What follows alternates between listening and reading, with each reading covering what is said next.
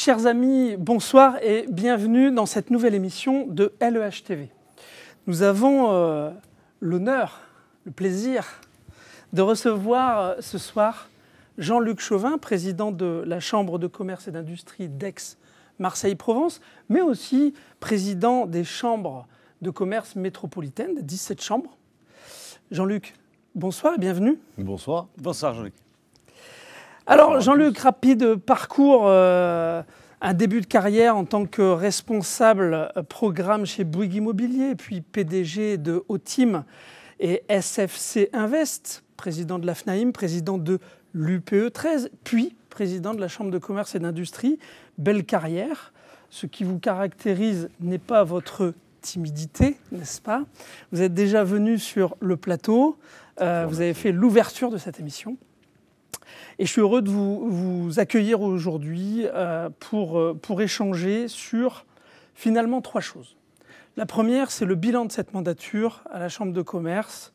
Nous parlerons d'un mandat compliqué avec gilets jaunes, vrai sujet, et puis confinement, Covid, et les réactions qu'ont pu avoir la Chambre de commerce et que vous avez pu avoir.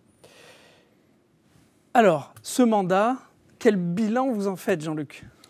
Écoutez, un mandat compliqué, c'est un faible mot en fait, parce que bien sûr, il y a ce qui est visible, les gilets jaunes, la grève des retraites, la Covid. J'ai oublié. Donc ça fait globalement quand même sur un mandat qui aujourd'hui est à 4 ans et demi, de 5 ans, ça fait à peu près 2 ans et demi dans des périodes de crise fortes. Mais puis aussi surtout, ce qui n'est pas visible, c'est une diminution très forte des ressources publiques des chambres de commerce, de la TFC. Les entreprises continuent à payer leur impôt de la même façon, la même taxe pour frais d'entreprise. Mais nous, entre 2016 et 2019, on a perdu 33% de notre ressource et on a continué, ce qui fait qu'en 5 ans, on sera à moins 50% de notre ressource publique. Donc il a fallu compenser la ressource et transformer la chambre de commerce malgré ces périodes de crise. Ce que je retiens personnellement de ce mandat, c'est qu'on avait pris un certain nombre d'engagements et qui ont été tenus. Premier engagement, on avait dit on verra 60 000 entreprises clients uniques au moins une fois pendant la mandature. Je peux vous annoncer qu'au bout de 4 ans et demi, on est à peu près à 75 000. C'est-à-dire que l'objectif, c'était de se rapprocher de l'entreprise, faire le lien, et puis surtout écouter les entreprises pour savoir ce dont elles ont besoin pour qu'on soit utile. C'est-à-dire que la Chambre de commerce, c'est le porte-voix. Le porte-voix des entreprises, je dis souvent le réseau des réseaux, le porte-voix des réseaux d'entreprises. Et on a énormément travaillé, vous le savez bien ici à l'EHV, ensemble, pour porter la voix. On vous a souvent sollicité pour savoir quelles étaient les tendances dans les entreprises, quelles étaient les difficultés, qu'est-ce qu'il fallait faire pour les entreprises. Vous, comme toutes les autres associations du territoire. Et donc, on a eu ce rôle de proximité pour construire des actions. On a transformé nos axes. Les 3 missions des chambres de commerce sont l'accompagnement au développement de l'entreprise, depuis la naissance jusqu'à la transmission. Donc, plus de business. C'est à la chambre de commerce qu'on vient pour s'inscrire. On vient s'inscrire là et plus de business. Ouais. Deuxième sujet, l'accompagnement pour faire un territoire business-friendly, c'est-à-dire un territoire qui soit favorable, un écosystème favorable territorial au développement du business. Ce sont les infrastructures, portuaires, aéroportuaires, les routes, c'est le foncier économique, les nouvelles zones d'activité, la requalification. C'est toutes les décisions qui peuvent être prises par les acteurs publics sur des actions spécifiques, les futures filières d'avenir pour le territoire, créatrices d'emplois, de développement et de richesse. Et troisième sujet, ce sont quelque part, moi j'aime bien dire ça, ce sont les hommes. Ce qu'on a dans nos entreprises, nos collaborateurs, la formation initiale et la formation continue. Et donc effectivement, sur ces sujets, on a transformé la Chambre pendant le mandat. On est arrivé dans une situation où la formation professionnelle était devenue anecdotique à la Chambre. On est passé globalement, pour faire simple, d'une chambre de commerce qui avait un budget formation, ou en tout cas un chiffre d'affaires formation d'1,5 million à 5 millions d'euros en 5 ans. On a développé, pour prendre des exemples concrets, on a une école d'ingénieurs dans les TP de très haut niveau, l'ISBA TP. Quand on est arrivé aux commandes, la promotion était de 20 élèves. Cette année, elle est de 127 ou 126 élèves. Donc, on n'a plus de place dans les amphis, donc on imagine des solutions ailleurs. On a fait de l'international, on a aidé à créer Africa Link, on a donc une communauté aujourd'hui qui fonctionne bien, on a créé le MBA, on a fait tous ces business-là, toutes ces choses-là pour aider au développement du business, mais on les a faites avec les entreprises. C'est-à-dire qu'on a écouté les besoins des entreprises, et on a créé les produits. On a visité pendant la mandature, on a été sur place, sur site, on a vu plus de 2200 entreprises pendant ces 5 ans sur place. Des TPE, des PME, des grands dans le commerce, dans l'industrie, dans le service. Bref, la diversité de notre territoire. Donc un mandat de proximité, sur le terrain, proche des gens, un mandat de transformation du modèle pour que la Chambre soit de plus en plus utile aux entreprises du territoire, pour qu'elle soit aussi de plus en plus porteuse de la voix de l'ensemble du réseau entrepreneurial. Ce jeu collectif, ça c'est très important pour moi, c'est dans mon ADN, ce jeu collectif, ce jeu ensemble, ce jeu où on termine par des vœux des acteurs économiques dans le cadre de tous acteurs, où on est 144 structures. C'est du jamais vu ici, mais c'est du jamais vu en France. Mes copains présidents des chambres métropolitaines dont vous parliez tout à l'heure me disent « mais comment vous faites ?» C'est 5 ans de travail ensemble, et c'est pour moi, vous l'avez rappelé, 5 ans de travail précédent dans mes fonctions d'avant, et ainsi de suite. Le jeu collectif, c'est probablement ce qu'il nous faut pour aller plus loin. Et puis c'est aussi 5 ans où on a porté des projets d'envergure pour le territoire. Et on a des rendez-vous très importants qui arrivent, qu'il faudra traiter. Par exemple, le fait de dire qu'on est ici sur un territoire béni des dieux, dans un environnement vert et bleu exceptionnel, mais on a l'obligation du coup d'accélérer les transitions pour préserver notre territoire. Il ne faut pas opposer économie et écologie, mais il faut accélérer. Et ça, c'est des sujets sur lesquels on a travaillé, qu'on va devoir poursuivre. L'intelligence artificielle, d'ici quelques semaines, avant la fin de la mandature. On parle déjà d'avenir là, Jean-Luc. On est à cheval. Allez, on est à cheval. On est à cheval. On sent le fédérateur positif. On est à cheval. C'est vrai que vous avez cette capacité, Jean-Luc, vraiment à fédérer avec tout secteur. Vous l'avez prouvé, on vient de l'évoquer. D'où vient cette capacité un vrai fédérateur d'union?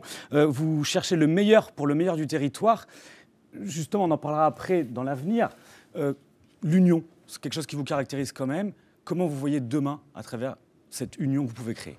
C'est très simple. Vous ne m'avez pas posé la question, donc je vais vous le dire. J'ai décidé d'être candidat à un deuxième mandat à la Chambre de commerce avec une équipe où je vous rappelle qu'on a été élu. Il y avait 3 listes, il y avait des représentants de différentes listes. Très compliqué. Et on a travaillé tous ensemble, au service de toutes nos entreprises. Et on a fait abstraction de d'où on venait. Et c'est ça le sujet de l'union. C'est de prendre le meilleur de chacun, nos différences pour en faire un meilleur collectif. C'est ce qui manque à ce territoire pour voir grand, pour avoir une ambition, pour être là. Et les périodes qui vont se présenter devant nous, qui seront forcément des périodes complexes, avec la fin la crise sanitaire d'abord n'est pas terminée. Il va y avoir la fin du quoi qu'il en coûte à un moment donné. Et donc on a des entreprises qui vont se trouver en danger, qu'il va falloir soutenir, qu'il va falloir aider, qu'il va falloir sauver, moi j'ose le dire. Et puis il y a les entreprises qui vont bien, mais il y a celles qui ont déjà pris le tournant de la transformation qui s'est opérée, et il y a celles qu'il va falloir accompagner, parce que toutes les entreprises transformées sont des entreprises qui repartiront plus vite, qui tireront de la croissance plus vite, qui développeront plus d'emplois, qui feront gagner notre territoire. On est dans une compétition internationale des territoires. On n'est pas en compétition avec Montpellier ou avec Nice. C'est une erreur de penser ça. On est en compétition avec Barcelone, avec Gênes, avec Milan, mais aussi avec des métropoles internationales. On est en compétition avec peut-être Shanghai. Moi, j'ai pas peur de le dire. On peut être en compétition avec Los Angeles, San Francisco, New York. Oui, en matière de câbles, on vient de démontrer, on est la 5e métropole au monde en termes de câblage. D'ici la fin de l'année, on sera devant New York. Aujourd'hui, on est 9e, on sera 5e à la fin de l'année. Câblage avec le numérique, câble. précis. Câblage numérique, donc les réseaux, les infrastructures numériques. On parle du câble PIS 2 qui arrive par Orange, par la filiale d'Orange. On sera 5e métropole mondiale d'ici la fin de l'année. Donc on sait jouer sur ce territoire dans les grands enjeux internationaux. Et on a donc de quoi, on est une économie monde sur ce territoire, on est une ville monde sur ce territoire, on a de quoi à aller plus loin. Mais pour ça, il faut fédérer, il faut jouer ensemble. Alors ça prend un peu de temps, mais on va beaucoup plus loin tous ensemble. Et donc on est capable de porter ce territoire, de lui rendre sa fierté. Ce territoire, il faut bien vous dire une chose, il est divers. On a des startups de très haut niveau, des innovations, on a des très grands groupes dans tous les types d'activités. Ce territoire, c'est un territoire qui peut continuer, contribuer, accompagner, développer la croissance de la France et de l'Europe. Il faut être fier de ce territoire. On a un besoin, on a une fierté au travers de ce territoire, au travers de ce qu'on sait faire. Alors une fois que je l'ai dit, c'est bien, mais on a plein d'éléments, on en parlera peut-être tout à l'heure. La transformation du modèle de l'immobilier d'entreprise. Ici, on est en train de la vivre. Et on la vit particulièrement dans ces locaux dans lesquels on est, sur lesquels vous êtes installés. Et donc, tous ces sujets, c'est la construction de demain. Mais toutes les entreprises, il va falloir les aider. Et donc, il y a un rôle important. Et ça, dans cette période-là, personne ne comprendrait qu'on ne soit pas tous unis pour défendre nos entreprises. L'union, c'est le ciment, c'est le moteur, c'est la condition indispensable à la réussite.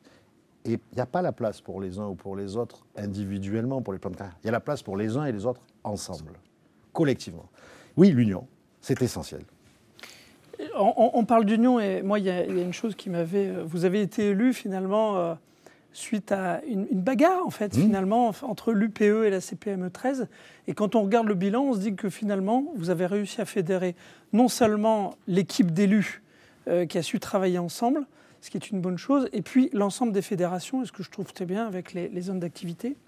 Donc ça veut dire qu'aujourd'hui, on ne pourrait pas, l'entreprise sert d'exemplarité, on ne pourrait pas comprendre une guerre. Alors ça veut dire qu'il y a une liste d'union qui va se dégager pour ces élections de la Chambre en octobre. Deux choses. On a été élus sur des projets différents, portés par deux organisations. Au lendemain de l'élection, moi je dis, on n'est pas un conseil municipal, on n'est pas une assemblée régionale avec une majorité, une opposition. On est 66 élus au service de 94 000 entreprises qui avaient au départ. Au passage, on a pris pendant ces 5 ans, on est passé de 94 000 à 134 000. Donc une grosse dynamique sur le territoire avec plus 40 000 entreprises. Plus 30%. Bien. Et donc, on a travaillé tous unis. Aujourd'hui, on n'a pas fait de différence, savoir d'où les uns et les autres venaient. Qu'est-ce qu'on a fait de l'aventure? On s'est réunis et on a pris le meilleur de chaque projet et on a décidé de le mettre en route. On en est là. Alors oui, je pense qu'effectivement, les entreprises ne comprendraient pas, surtout dans la période actuelle, sur cette période très compliquée, cette période où on s'interroge tous pour savoir, on pensait tous qu'après le premier confinement, il n'y aurait pas un deuxième. Après le deuxième, on pensait tous qu'il n'y aurait pas un troisième. On ne sait pas s'il n'y aura pas un quatrième.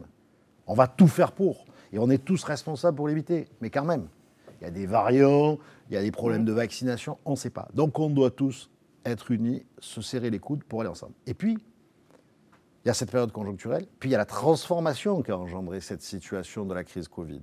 La transformation de nos modèles, la transformation dans nos façons de penser, la transformation dans nos aspirations en tant que salariés.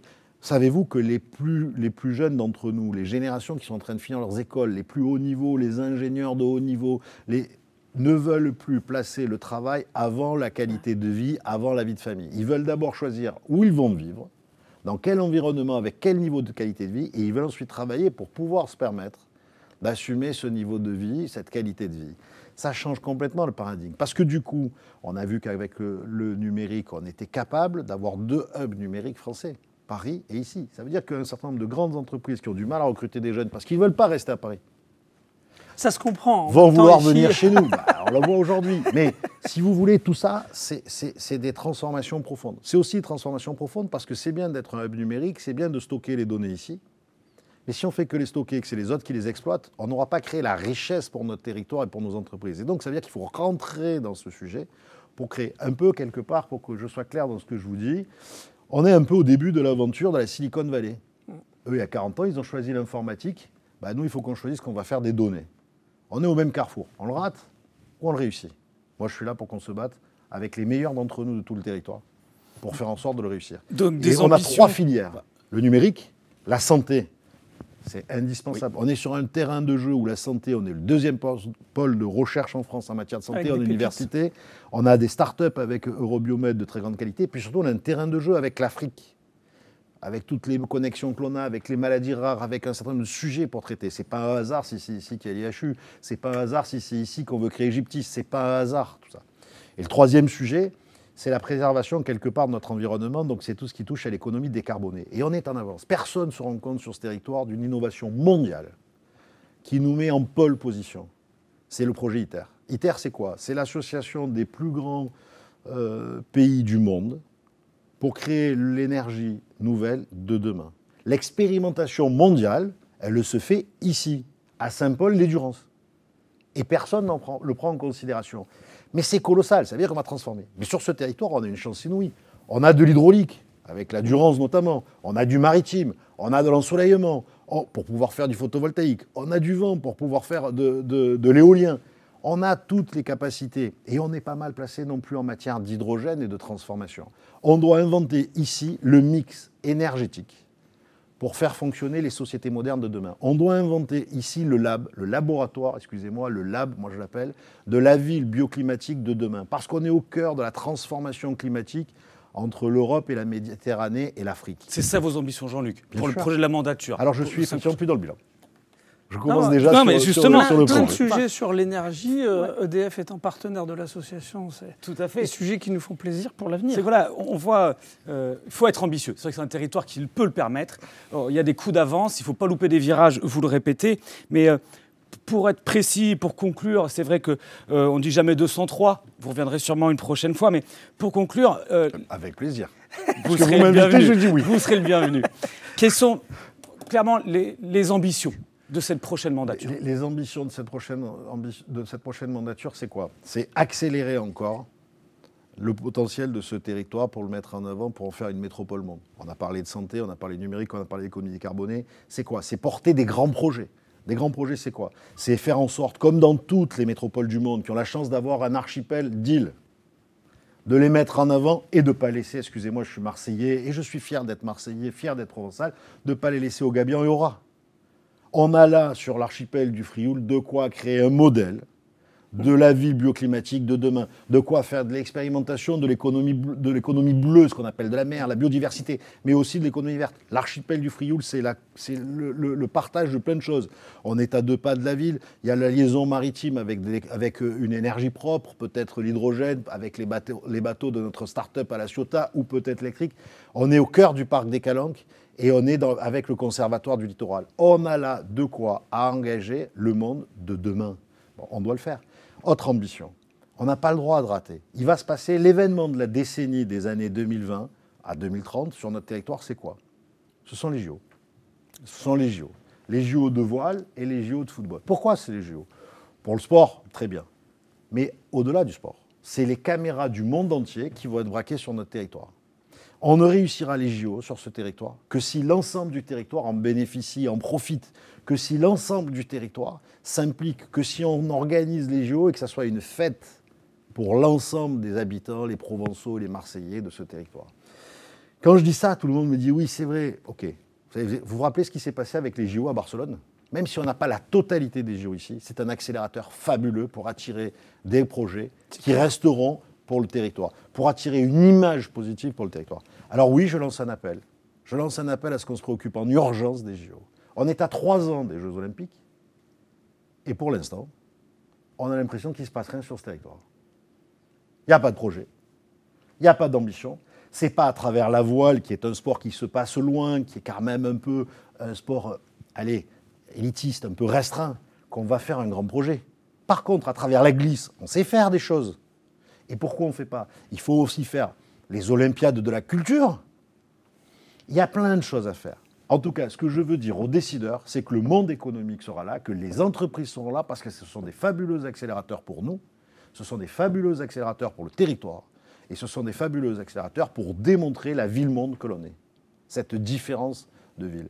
Alors oui, il y a des différences, oui, il y a des inégalités, oui, il y a des difficultés, oui, on est une ville portuaire, donc avec des côtés de vagues successives d'immigration, avec des côtés, effectivement, peut-être des contrastes en matière de revenus. Mais tout ça, il faut qu'on en fasse des forces. Il faut qu'on le transforme en force. Et on mettra tous ensemble toute notre énergie pendant le prochain projet, pendant la prochaine mandature, pour le transformer. Dernier sujet. Pour réussir. Un dernier pour conclure. J'avais dit qu'il était timide. C'est vrai. Dernier sujet. Mais positif. Non, mais dernier sujet. Pour réussir tout ce que je viens de vous décrire, il y a 2 règles. La première, c'est l'union, on l'a longuement dit. On n'a pas le choix de faire autrement. Faire autrement, ça serait à nouveau porter un coup à notre territoire. Et la deuxième, c'est aller chercher les meilleurs, où qu'ils soient. Aller chercher les meilleurs pour rassembler les talents, pour rassembler les énergies, pour rassembler les envies.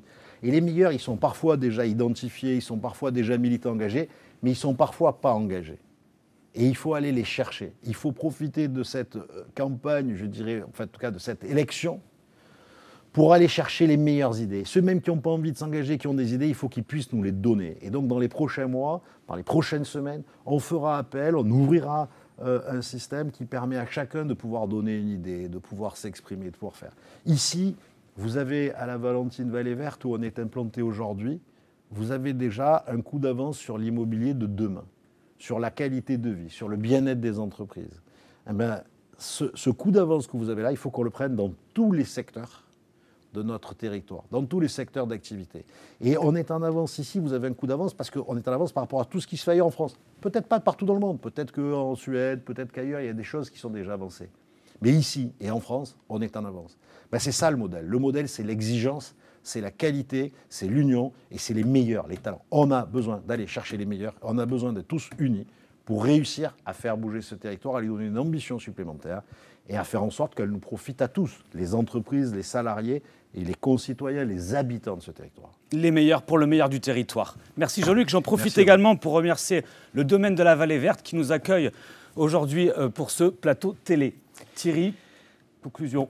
Oui, moi je suis. Alors, vous parlez de ce programme, moi je le trouve ambitieux, je le trouve véridique, j'aime. Vous savez, Jean-Luc Chauvin, que vous pourrez compter sur nous. Et si vous avez besoin de talent, nous en mettrons dans notre conseil d'administration à votre disposition. Moi, il y a un sujet qui me plaît pour l'avenir et pour ce mandat, c'est de se dire que finalement, il y a des sujets très importants dans la relance, même si on programme 5 à 6% d'augmentation de la relance pour cette année. C'est de dire qu'il y a des filières, je pense au CHR, je pense à la filière CHR, je pense au Café Henri Blanc, qui sont très, très actifs chez nous, qu'il faudra aider. Je pense à l'événementiel. Solive et ici, Chris Plateau et auront besoin aussi d'aide. Et puis l'immobilier de bureau qui doit se réinventer. Je pense que c'est aussi un sujet sur lequel on devra travailler dans ce mandat. Et vous savez, Jean-Luc, que vous pourrez compter sur nous pendant ce mandat pour œuvrer et pour participer à votre projet. Si j'ai un mot, vous avez été en avance sur un certain nombre de sujets avec les associations de zones d'activité. On a très bien travaillé ensemble. Il faut que ce qu'on a fait ensemble avec cette mandature de la Chambre, avec vous, on puisse le faire avec tout le monde. Il faut que vous continuiez à être en avance et à passer les infos aux autres pour que tout le monde soit en avance. Ce jeu collectif qu'on a réussi, c'est ça la clé. Et ce que vous nous dites, ce qu'on a fait ensemble, c'est ce qu'on doit faire avec tout le monde. Et c'est ce rôle-là, et ce que vous nous dites, c'est que globalement, on a tous une place à avoir à l'intérieur de la mandature, autour, par nos engagements, on a tous une place à avoir pour réussir. Voilà, moi, c'est ça le sujet. Promis, on vous réinvitera. Et pendant tout ce confinement, ce que les entreprises savent peu, c'est qu'on a eu des conférences téléphoniques, des visios tous les mois dans lesquelles on avait notre parole, on pouvait remonter, on pouvait échanger. Et ça, pour nos adhérents, ça a été très précieux. Ça a été assez caché, mais vous vous êtes personnellement investi. Jean-Luc Chauvin, merci pour cet échange, merci pour cette entrevue. Je crois que ça éclaire et moi ça me rassure parce qu'à LEHV, nous sommes pour l'union et je pense que c'est un véritable enjeu pour les entreprises de ce territoire. Chers amis, chères entreprises, on vous remercie pour votre fidélité, pour tous les témoignages que vous nous envoyez chaque semaine. Alors je vous dis avec mon co-animateur, comme d'habitude, à la semaine prochaine.